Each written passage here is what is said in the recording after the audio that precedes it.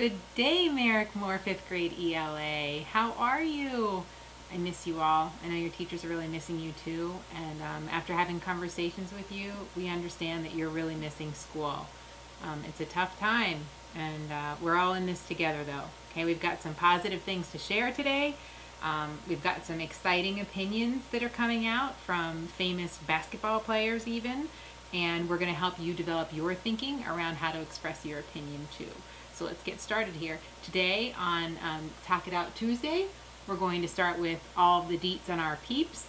Then we're going to get into what is the good news around the world. In tough times, we always look for the helpers, and there are so many helpers around the world helping each other as neighbors, helping globally. So we'll take a look at what's happening out there. 5th grade kids are asking questions of the expert. We have Dr. Moynihan, Mr. M's wife, who's going to answer some of your excellent questions. You're so thoughtful. And when you're forming opinions, guys, it's important that you have the facts first. And then that's how we support our thinking, right? So she's going to help you with getting answers to questions so that you're not being misled. And then we're going to learn about Steph Curry, who took action and he expressed his own opinion. And so I want you to see how he was able to use persuasive language to express his opinion, and he was able to ask an expert himself to get answers to his questions so that he was speaking from an educated place. And then we're going to finish up with You're Not Alone. Kids across the country, speak out. Starting out here with the deets on our peeps. You guys are doing fantastic stuff out there. It's so exciting to talk to you and hear all the good stuff you're doing. Sherilyn has been working on reading and completing the written responses using the take-home packets. Delilah is taking care of younger siblings and posting questions and her thinking on the Google Classroom site. Carla has been reading and posts on our Google Classroom site and responds daily with comments. Trinity and Carla were the first ones to complete the word work and written sentences. Cornelius named the systems of the human body that he's learned about and explained how the nervous system works. Anaya is helping to take care of kids at home. Imani, Patience, Kaylee, and Lauren have all gone above and beyond in Lexia. And Ariana has worked so diligently to solve problems with technology through her teacher's support. I want to go back to Lexia because some of us haven't started in Lexia yet. And I want you guys to remember that that's a resource to tap into. You can do it from home on your computer and get started on that. So we've talked about that on phone calls, and make sure that you're keeping up with that, and Study Island. So how are people around the world helping out? People helping people. What can you do to be a help? In a time like this, we can feel really powerless, but that's not true. You have capability to affect great change, to spread happiness in simple ways without spending any money at all. An 8-year-old in Italy and her mother hung up a banner on their apartment railing saying everything will be all right. The picture of the older woman here playing the cello, she's a community musician who is performing free for her neighbors in Mount Rainier, Maryland. That's right outside of Washington, D.C., and she's just sitting on her front porch playing her music. I know a lot of you love to dance. You're really artistic. You could be doing all kinds of great things just to, give somebody a smile or say thank you to people who are helping you right now. And volunteers are making face masks for healthcare workers that are facing shortages. Kids around the country are starting to do this too in their homes. So when I asked you to write your opinion about the coronavirus, we had more questions than opinions, to be honest with you. And that just tells me how critically thinking you all are. And that's something to be really proud of, nothing to be embarrassed about. So I asked you to please write your questions down so that Dr. Moynihan can answer them for you. And later this week, she's going to put a video up on YouTube where she's answering these exact questions. So, and I'm sure while you hear these questions, you probably even have more that you want to add on to. Is it true that when someone coughs, you get the corona? Why do they call it COVID-19? How did the coronavirus spread so far so quickly? Why does coronavirus take way too long to process? Can coronavirus affect animals? Will COVID-19 be seasonal? What things could the coronavirus be on? If someone sneezes and I walk by, could I catch the virus? All of these questions just speak to the thoughtfulness of each one of you. and we want to get your questions answered. I want you to remember that you have resources around you. We are absolutely going to ask an expert, and she's going to answer those questions for you. But remember to use your resources too. The articles that you've been given, the lessons that you've had, people have questions. Famous people. For example, Steph Curry had questions that he wanted answers to because he's observing a lot of things in society that don't make sense to him. He's dealing with social distancing too, right? He's staying at home and he's protecting himself and his family from mixing with other people. So there was an Instagram interview that he had with Dr. Anthony Fauci. And Dr. Anthony Fauci is an infectious disease specialist. That's a doctor who specializes in disease that infect human beings. And he looks for solutions to those infections. And so the government has been using him as an expert. Maybe you've seen him on the news with President Trump when President Trump talks about what's happening and how the government is handling coronavirus right now. Dr. Fauci answered some of Steph Curry's questions. But I want you to hear about the observations Steph Curry made and what his opinion is of what his observations were. So last week we talked about those persuasive words, those subjective words. And I highlighted here some from the article on Steph Curry and his interview with Dr. Fauci. People should take social distancing seriously. Right there, he's already expressed his opinion, right? That he doesn't take it lightly. He's not like the unconcerned man in the article we read last week. He's cautious. Curry explained that he wanted to reach different groups of people with important coronavirus information. And here in quotes are his exact words. You see all the different visuals of people on beaches and parks, crazy public gatherings, and not really adhering to the social distancing concept, he said. Crazy public gatherings is highlighted in blue. Think about that for a minute. What does that tell you about his point of view and his opinion? If he thinks that it's crazy, does he agree with people getting together in masses? Or does he disagree with it? Let's keep reading and see if we can gather more information. A good portion of the chat seemed to be aimed at convincing viewers to take social distancing and shelter-in-place measures seriously. I think we have the answer to our question now that I'm thinking through these words. I think the opinion is that he can't figure out why people would gather together when doctors have explained to them how this virus spreads, and he thinks that they're putting themselves and others at danger unnecessarily.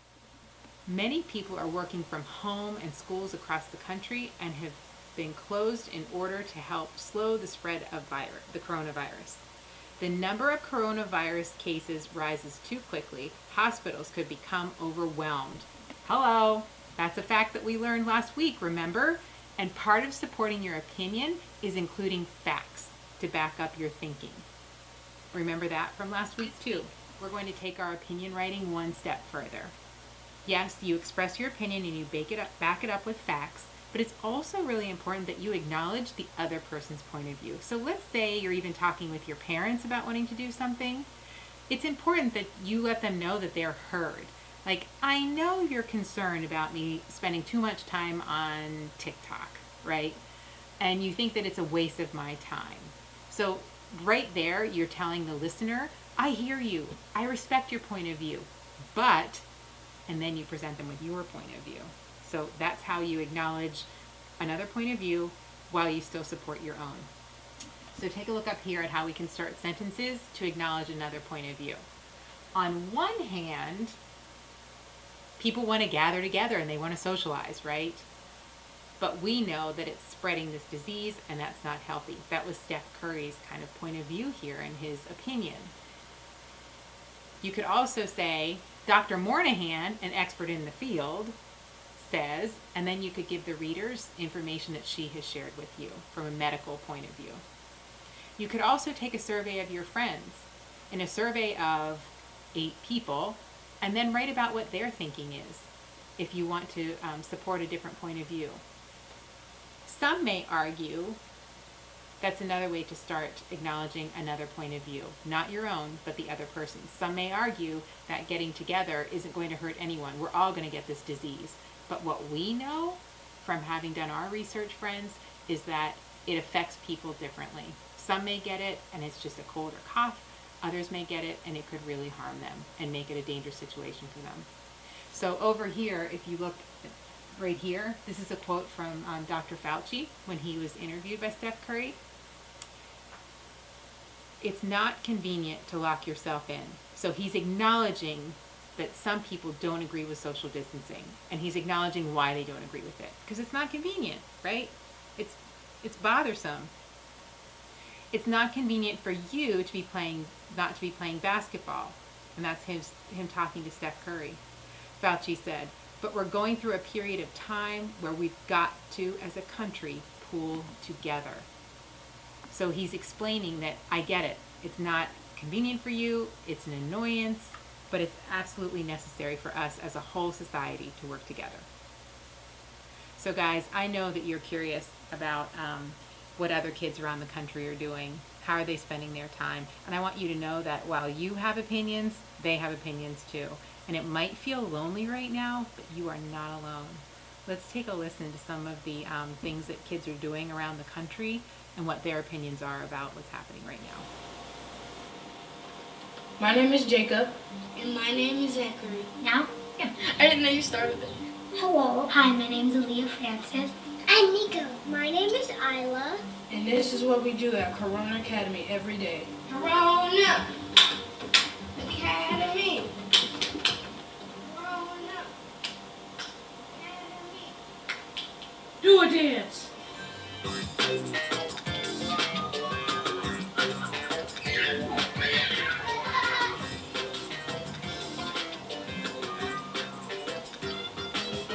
So yeah, I'm here with my dad. I'm trying to get him in shape. We just came back from playing basketball. What day is it today? My birthday. And how old are you turning? 6. This guy will eat almost anything, but he always gets to stay home.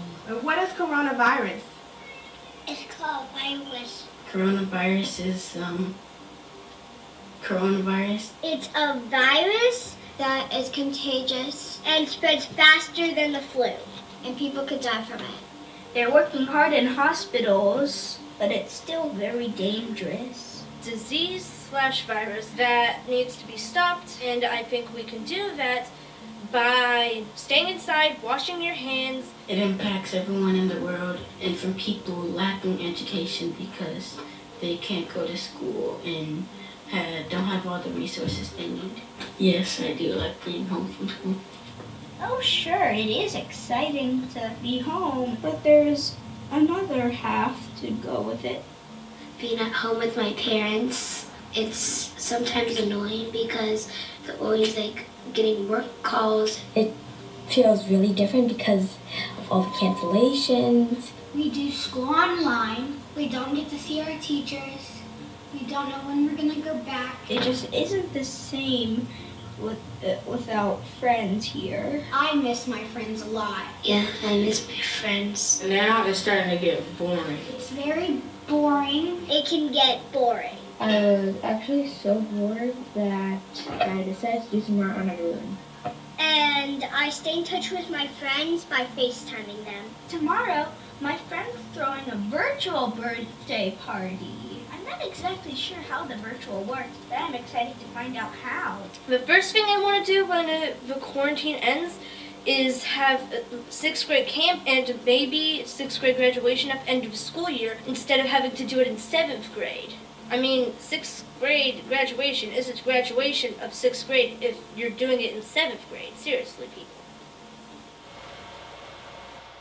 So you can see, friends, that we're not alone. We're not the only school in the country that has stopped learning together. Kids all over the country are doing the same thing that you are doing, and they're finding creative ways to spend their time, but they're also missing their everyday lives. We miss you. We can't wait to be back together with you this week for your assignment for writing. I want you to take a look at your Google Classroom because I'll post the articles that I've talked about here. You'll have more to read, but you're also going to be asked to write a letter to a friend or to a teacher to express your opinion about social distancing. Use your experience about what's it like for you at home. Use those facts that you've learned about coronavirus from your lessons and articles and Dr. Moynihan's answers to your questions to support your thinking. Remember, she's coming to you as an expert with facts, just like Dr. Fauci did for Steph Curry. Remember to include both sides of the argument when you do your writing, okay? So acknowledge what other people might think that don't agree with you and put that together. And we'll take a look at it. We'll give you some feedback on it. And as always, remember, we're thinking of you. We can't wait to talk with you on the phone and to text with you. If you need anything, you know we're right here for you. We're in this together. We love you.